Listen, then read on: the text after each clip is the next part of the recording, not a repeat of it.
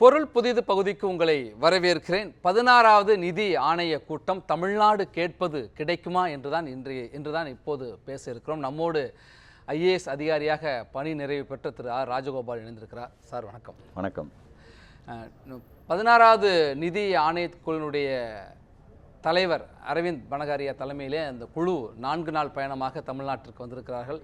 முன்னாள் ரிசர்வ் வங்கி ஆளுநர் ரங்கராஜனை சந்தித்து பேசியிருக்கிறார்கள். பல்வேறு தொழில் சார்ந்த, நிதி சார்ந்த, பொருளாதாரம் சார்ந்த நிபுணர்களோடு அவர்கள் ஆலோசனை நடத்துகிறார்கள். முன்னதாக இன்று காலை தமிழ்நாடு முதலமைச்சர் அந்த கூட்டத்திலே பங்கேற்று தமிழ்நாட்டுக்கான கோரிக்கைகளை, மாநிலங்களுடைய எதிர்பார்ப்புகளை முன்வைத்திருக்கிறார். குறிப்பிட்டு சொல்ல வேண்டுமென்றால் 15வது நிதி ஆணையம் மாநிலங்களுக்கான நிதி பகிர்வு தொகையை 41% உயர்த்தி கொடுத்ததை வரவேற்கிறோம். ஆனால் நடைமுறையில் எப்படி இருக்கிறது என்றால் 33.16% தான் மத்திய தொகுப்பிலிருந்து தமிழ்நாட்டிற்கான பகிர்வு என்பது கிடைக்கிறது. இது ஏற்புடையதாக இல்லை. இன்னும் பல்வேறு நிதி குறைவு, பகிர்விலே குறைவு என்பது மாநிலத்தினுடைய வளர்ச்சியை பாதிக்கிறது என்பதெல்லாம் சொல்லியிருக்கிறார்.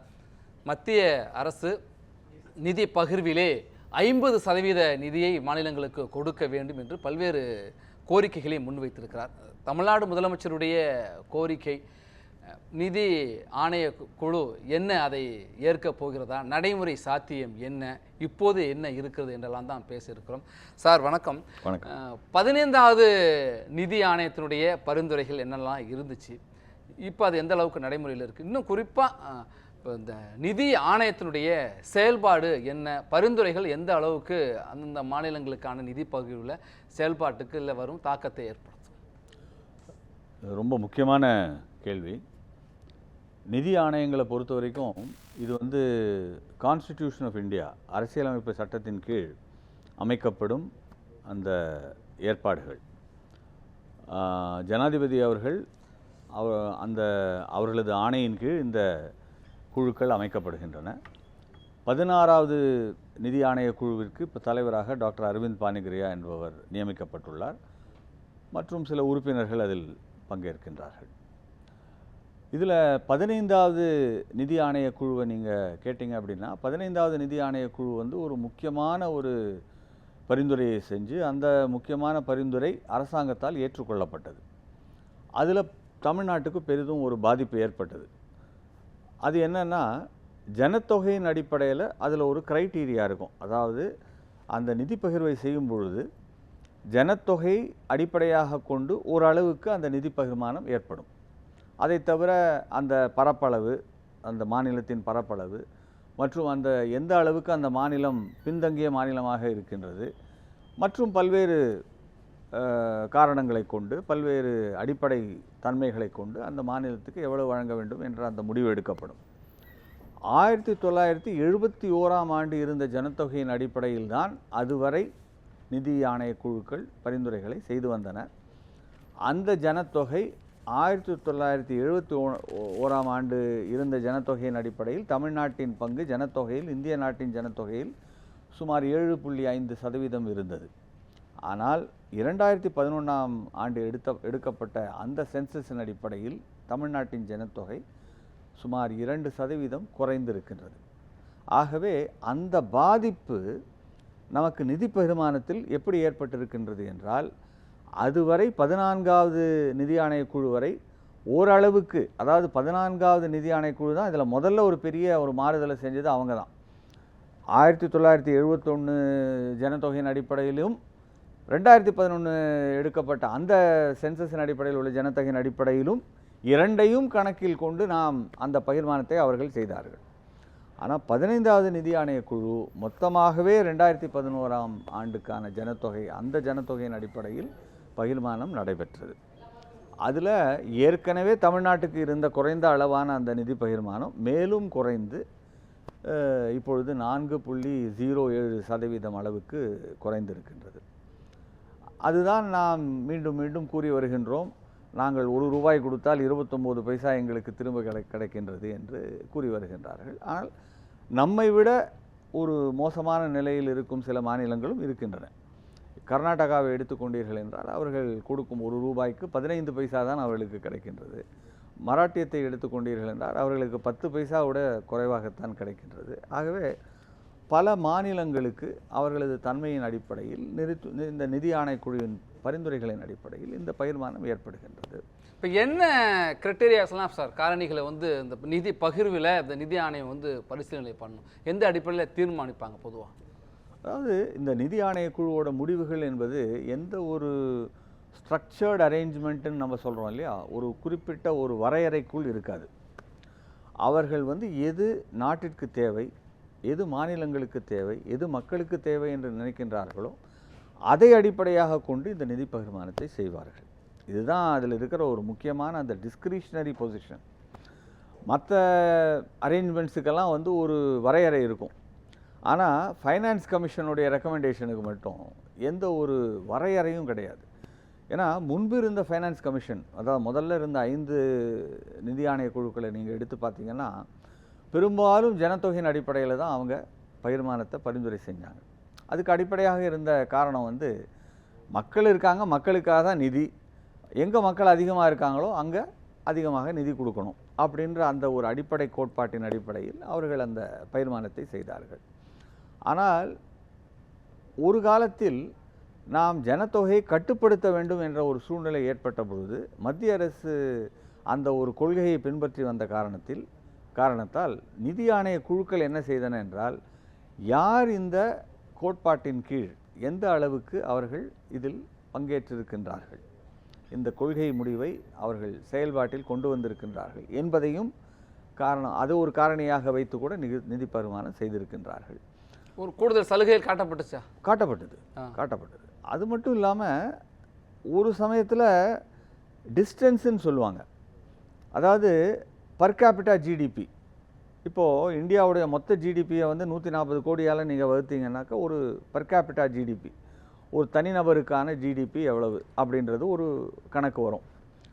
அதில் பல மாநிலங்கள் பின்தங்கி இருக்கின்றன, தமிழ்நாட்டை விட மிகவும் பின்தங்கி இருக்கின்றன.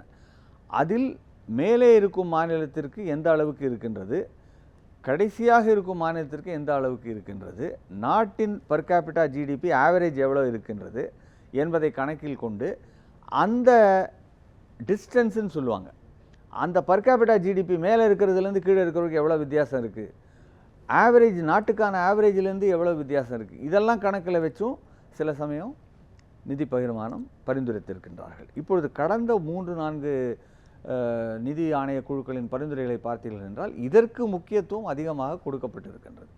அது ஒரு முக்கியமான காரணம், தமிழ்நாடுக்கு வந்து கிடைக்கக்கூடிய அந்த பங்கு குறைந்திருப்பதற்கான முக்கியமான காரணமாகும். அதை விட முதலமைச்சர் பல்வேறு விஷயங்களை குறிப்பிட்டிருக்கார் சார், நம்ம ஒன்றாக கூட பார்க்கலாம். அதில் இன்னும் குறிப்பிட்டு சொல்ல வேண்டியதுன்னா, பின்தங்கிய மாநிலங்களுக்கு நிதிகளை பகிர்ந்து கொடுப்பது வரவேற்கத்தக்கதான். அதே நேரத்தில் பல திட்டங்களை முன்மாதிரியாக செயல்படுத்தியிருக்கிற மாநிலங்களுக்கு இந்த நிதி பகிர்வில் குறைவாக இருக்கிறது, அதை தண்டிக்கிறது போல இருக்குது. தமிழ்நாடு போன்ற முன்னேறிய மாநிலங்களை தண்டிப்பது போல இருக்குது.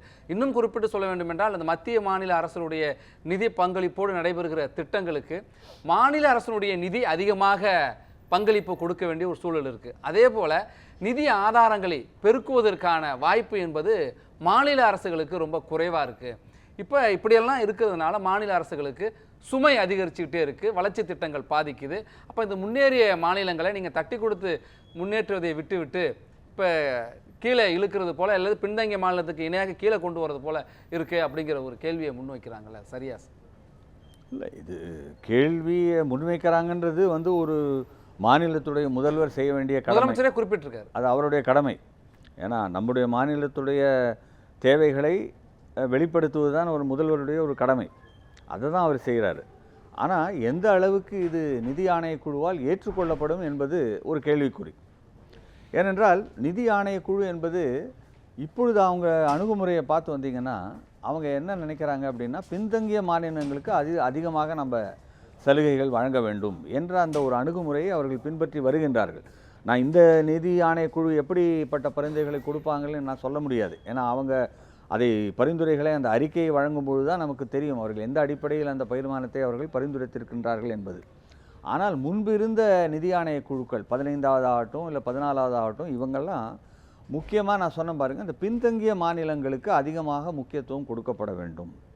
அப்போ 45% வந்து உங்களுக்கு அந்த டிஸ்டன்ஸ் க்ரைட்டீரியா, அதாவது பர் கேபிட்டா ஜிடிபியில் யாருக்கு அதிகமாக இருக்கோ யாருக்கு குறைவாக இருக்கோ, குறைவாக இருக்கிறவருக்கு அவர் எந்த அளவுக்கு குறைவாக இருக்கோ அதை ஈடு செய்யும் வண்ணம் அவர்களுக்கு அதிகமாக உங்களுக்கு பங்கீடு வழங்க வேண்டும் என்ற அந்த அடிப்படை கோட்பாட்டின் அதை கருத்தில் கொண்டு அவர்கள் நிதி பகிர்மானத்தை பரிந்துரைத்திருக்கின்றார்கள். அதே போக்கு இப்போ தொடருமானால் தமிழ்நாட்டிற்கு நிச்சயமாக ஒரு பெருமளவுக்கு ஒரு ஒரு உயர்வை நாம் காண முடியாது.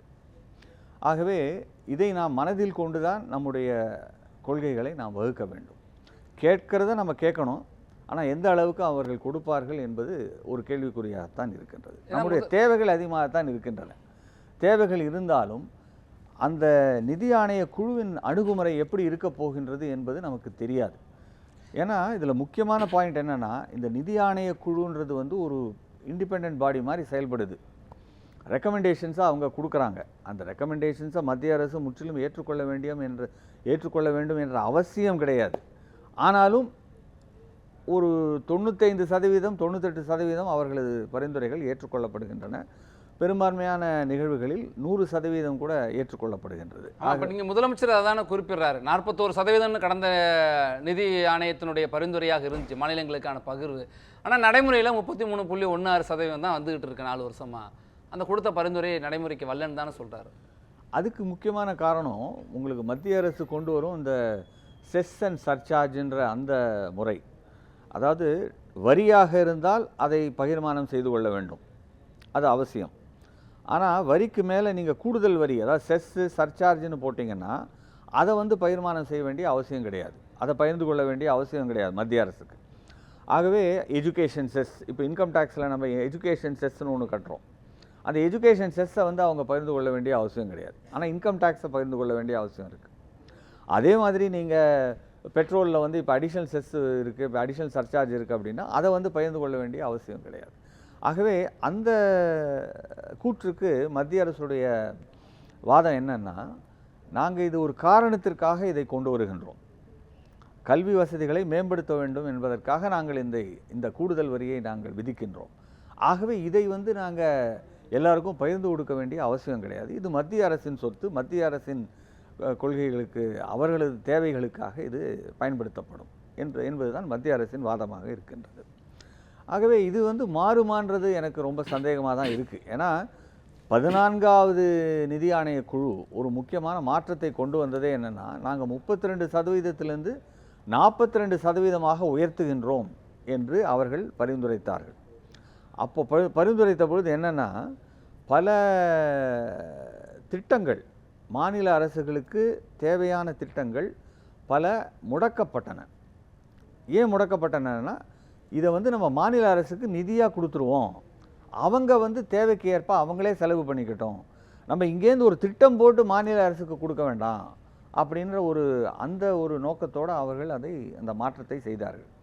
ஆனால் 15வது நிதிக்குழு வரும்பொழுது, நிதி ஆணையக்குழு வரும்பொழுது நம்ம என்ன பார்க்குறோம் அப்படின்னா, அந்த திட்டங்கள் ஏற்கனவே முடக்கப்பட்ட அந்த திட்டங்கள் முடக்கப்பட்டுள்ளன. ஆனால் மொத்தமாக இருக்கிற பணத்துலேயும் இப்போ குறைஞ்சிருக்கு. இதுதான் மாநில அரசுகளின் நிலைமை. அதே நேரத்தில் முதலமைச்சர் தமிழ்நாடு 3 பெரிய பிரச்சனைகளை எதிர்கொள்ளுது, பெரிய பிரச்சனைகள் சொல்லி குறிப்பிட்டிருக்கார். ஒன்று இப்போ இந்த பேரிடர்கள்லாம் வருது, பேரிடர்களை எதிர்கொள்றதுக்கான நிதி உடனடியாக விடுவிக்க வேண்டிய ஒரு தேவை இருக்குது, அதை எதிர்கொள்ள வேண்டிய சூழல் இருக்குது. அதே போல் வேகமாக நகர்மயமாகி கொண்டிருக்கிற ஒரு மாநிலமாக தமிழ்நாடு இருக்குது. அதே போல் மூத்த குடிமக்களுடைய எண்ணிக்கை அதிகமுள்ள ஒரு மாநிலமாக தமிழ்நாடு உருவாகி கொண்டிருக்கு. இதையெல்லாம் எதிர்கொள்ளக்கூடிய ஒரு பெரும் பிரச்சனை இருக்குது, 3 முக்கிய பிரச்சனைகள் இருக்குது. அப்போ எங்களுக்கு அந்த நிதி தேவை என்பது அதிகமாக இருக்குது என்கிற ஒரு வாதத்தை முன்வைத்து அதுக்கான கோரிக்கை முன்வைத்திருக்கார். அப்போ இதையெல்லாம் மத்திய 16வது நிதிக்குழு எப்படி ஏற்றுக்கொள்ளப் போகிறார்கள், அதில் படி நமக்கான சலுகைகளோ அல்லது கேட்பது கிடைப்பதற்கான வாய்ப்பு இருக்கா என்கிற ஒரு கேள்வி வருது சார். தமிழ்நாட்டிற்கு வருகை தந்திருக்கிற 16வது நிதி ஆணைய குழு தமிழ்நாடு கேட்பது கிடைக்குமா என்றுதான் இன்றைக்கு நாம் பேசிக்கொண்டிருக்கிறோம். சார், இடைவெளிக்கு முன்பாக 3 கேள்விகளை, 3 முக்கிய பிரச்சனைகளை முதலமைச்சருக்கு கவனத்திற்கு கொண்டு வந்திருக்கிறார். அது சார்ந்து தமிழ்நாட்டிற்கான ஒரு கூடுதல் வரி பகிர்வு கிடைக்க வாய்ப்பு இருக்கா? அதை சார்ந்து கிடைக்க வாய்ப்பு இருக்குது. ஏன்னா இந்த நிதி ஆணையக்குழு பரிந்துரைகளை பார்த்தீங்கன்னா எப்படி இருக்கும் அப்படின்னா, மொத்த தொகையில் ஓரளவுக்கு ஒரு பெருமளவுக்கு இதை மாநிலங்களுக்கு எப்படி பிரித்து கொடுக்கணும், எந்த காரணிகளின் அடிப்படையில் பிரித்து கொடுக்கணும் அப்படின்ற அதை பரிந்துரைப்பாங்க. கிராண்ட்ஸும் சில அந்த ஆணையக்குழுவோட பரிந்துரைகளில் அமையும். கிராண்ட்ஸை எப்படி கொடுக்கணும், அதாவது உள்ளாட்சி அமைப்புகளுக்கான தேவைகளுக்கு ஏற்ப அதற்கு எவ்வளோ நம்ம கிராண்ட் கொடுக்கணும். மற்றும் இப்போது ஒரு மாநிலத்திற்கு ஒரு சில குறிப்பிட்ட பிரச்சனைகள் இருக்கும். இப்போ தமிழ்நாடு எடுத்துக்கொண்டீங்கன்னா அந்த நமக்கு வந்து கடலோர அமைப்புகள், கடலோர பாதுகாப்புக்கு நமக்கு வந்து அது கூட இப்போ கேட்டிருக்காங்க, பணம் தேவை. ஆகவே இதெல்லாம் வந்து ஒவ்வொரு மாநிலத்திற்கும் இப்போ உத்தரப்பிரதேஷ் எடுத்திங்கன்னா அவங்களுக்கு கடலே கிடையாது, அங்கே கடலோர பாதுகாப்புன்ற அந்த பிரச்சனையே கிடையாது. ஆனால் தமிழ்நாட்டுக்கு இருக்கும் காரணத்தால் தமிழ்நாட்டுக்கு என்று சில அதற்கு சலுகைகள் வழங்கும் வண்ணம் அவர்கள் கொடுக்க வாய்ப்பு இருக்கின்றது. அதே மாதிரி நீங்கள் சொல்கிற மாதிரி வயதானவர்கள் தமிழ்நாட்டில் அதிகமாக இருக்கின்றார்கள். தமிழ்நாட்டில் இருக்கிற மக்களுடைய இப்போது அந்த ஆவரேஜ் ஏஜ், அதாவது சராசரியாக நம்ம பார்க்கணும்னா நம்மளுடைய வயது வந்து இங்கே இருக்கிற ஜனத்தொகையின் அடிப்படையில் மக்களுடைய சராசரியான வயதுன்னு பார்த்தீங்கன்னாக்கா இப்போ 35 ஆண்டுகள், 35-36 வந்திருக்கு. வேறு யூபி இது வந்து 25-26 கிட்ட தான் இருக்குது.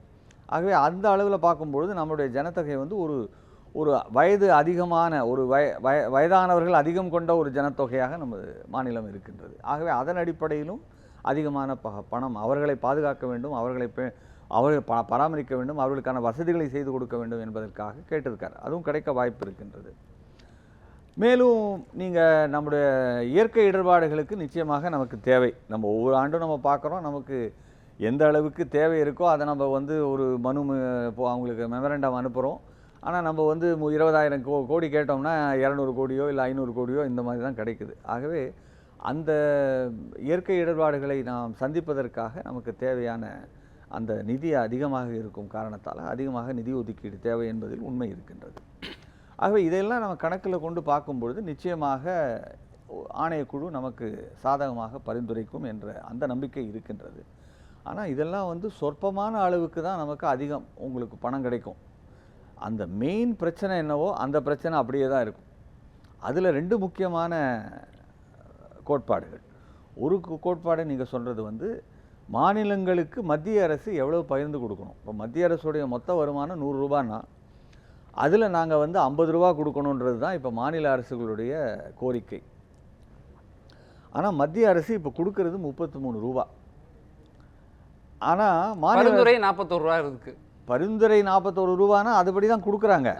ஆனால் அதில் வந்து சில மாறுதல்கள், நான் சொன்ன மாதிரி செஸ்ஸு சர்சார்ஜ் எல்லாம் அதில் கொண்டு வராத காரணத்தால் அந்த 41 ரூபாய்ன்றது வந்து வெளிப்படையாக இருந்தாலும் 33 ரூபாய் தான் வந்து இன் ஆக்சுவல் டேர்ம்ஸ் நமக்கு கிடைக்குது.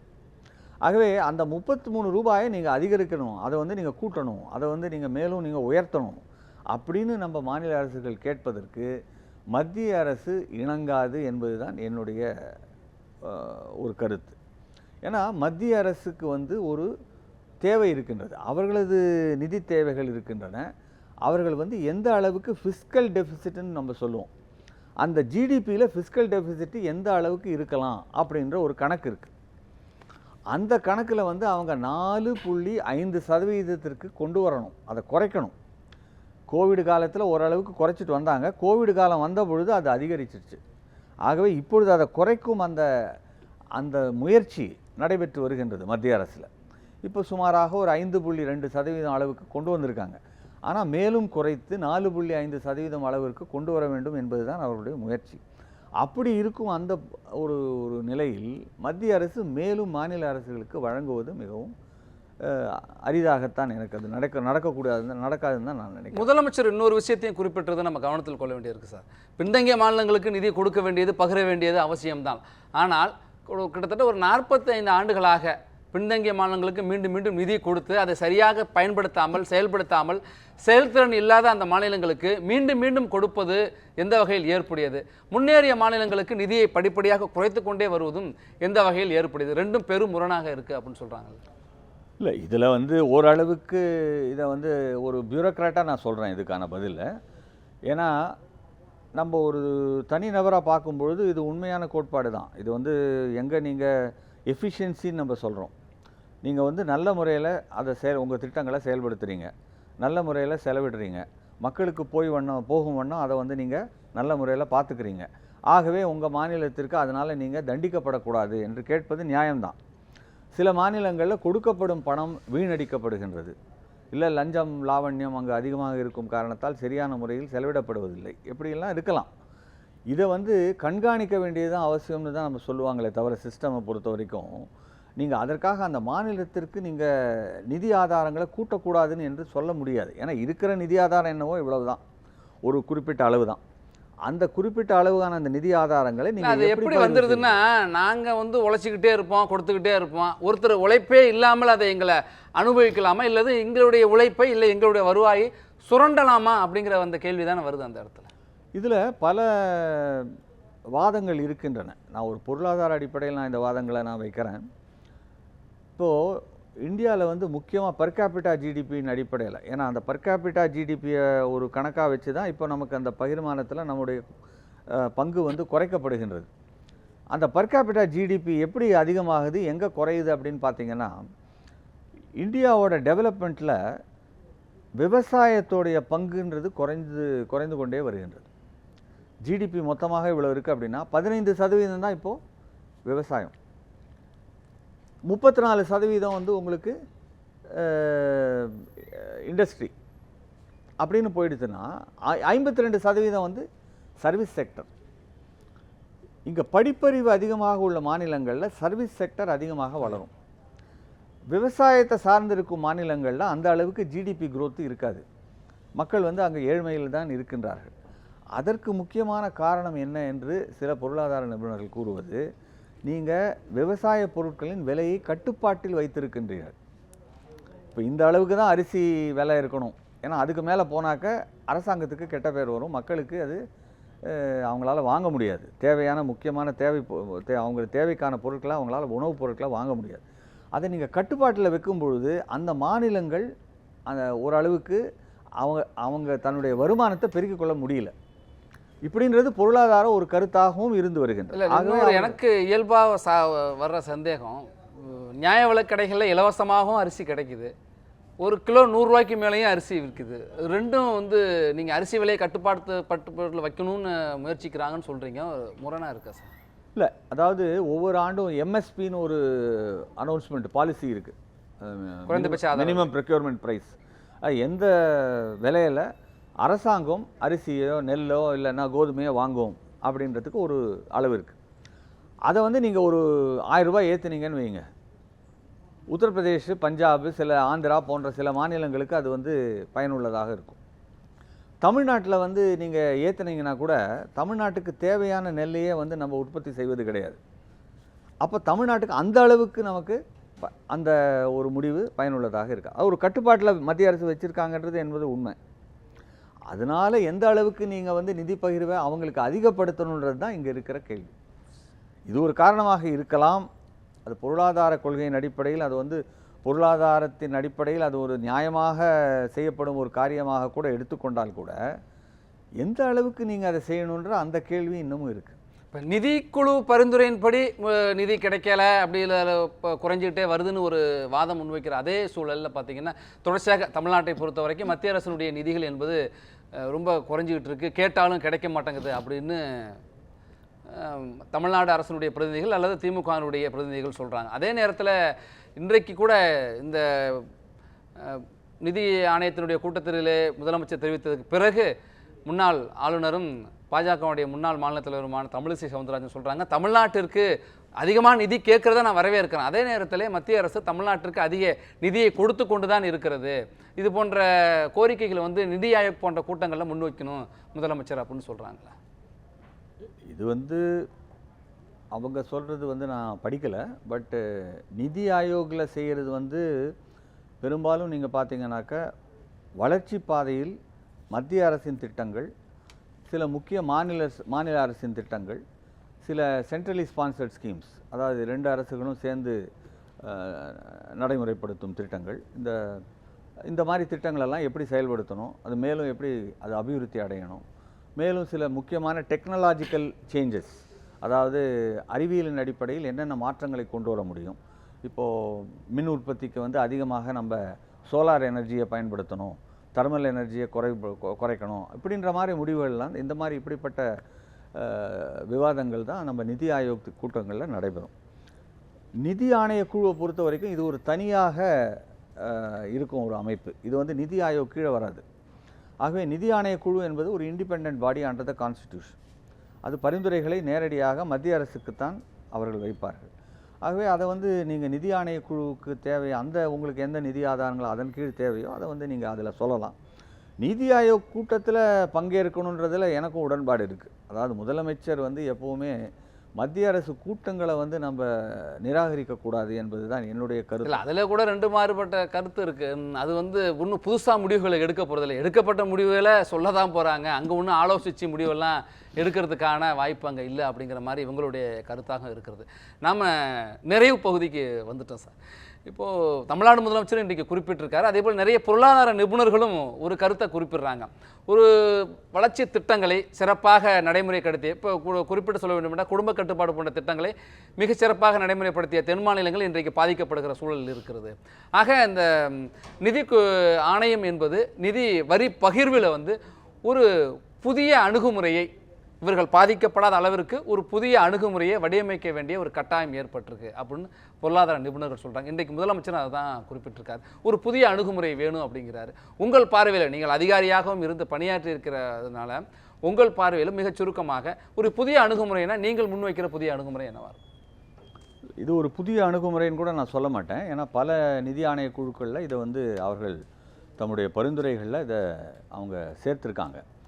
ஒரு முக்கியமான ஒரு எடுத்துக்காட்டு நம்ம சொல்லணும் அப்படின்னாக்கா, நீங்கள் எந்த அளவுக்கு காடுகளை பேணுகிறீர்கள், அதாவது ஃபாரஸ்ட்ரிக்கு எந்த அளவுக்கு முக்கியத்துவம் கொடுத்துருக்கீங்க, எந்த அளவுக்கு நீங்கள் வந்து உங்களுடைய வரி பணத்தை வசூல் செய்வதில் எந்த அளவுக்கு நீங்கள் நிர்வாகத்தை செம்மையாக நடத்தி இருக்கின்றீர்கள், இப்படிப்பட்ட கோட்பாடுகளின் அடிப்படையிலும் நிதி பகிர்வு நடந்திருக்கின்றது. ஆகவே செம்மையான நிர்வாகத்திற்கு ஒரு முக்கியத்துவம் வழங்கப்பட்டிருக்கின்றது. அது எந்த அளவுக்கு இந்த நிதி ஆணைய குழுவில் வழங்கப்படும் என்பதுதான் கேள்வி. ஏன்னா ஒரு நிதி ஆணைய குழுன்றது வந்து பொலிட்டிக்கலாக செயல்படக்கூடாது. அதன் வந்து எக்கனாமிக் கம்பல்ஷன்ஸ், எக்கனாமிக் ரிக்குவயர்மெண்ட்ஸை வச்சு பண்ணணுமே தவிர இந்த அடிக்கும் மாநில அரசினுடைய செயல்பாடு, திட்டங்கள், நிர்வாகத்திறன் ஒன்றையும் அதில் மதிப்பீட்டில் கொண்டு வரணும்னு சொல்றீங்க. ஒரு மாறுபட்ட அணுகுமுறை. அடிக்கும் அலைகள் எவ்வளவுதான் இருந்தாலும் உங்களுக்கு அசையா குன்றாக அவங்க கடலோரத்தில் நிற்கணும். நன்றி. 16வது நிதிக்குழு என்ன பரிந்துரைகளை கொடுக்கப்படுகிறது, தமிழ்நாட்டிற்கு என்ன பலன்களை அளிக்கப் போகிறது என்பதெல்லாம் 2026 ஏப்ரலுக்கு பிறகு தான் அது நடைமுறைக்கு வர இருக்கிறது. அதுவரை காத்திருப்போம். இந்த நேரத்தில் எங்களோடு இணைந்து உங்கள் கருத்துக்களை பகிர்ந்து கொண்டமைக்கு நன்றி சார். மற்றும் ஒரு சிறப்பு விருந்தினரோடு சந்திப்போம். தொடர்ந்து இணைந்திருப்போம்.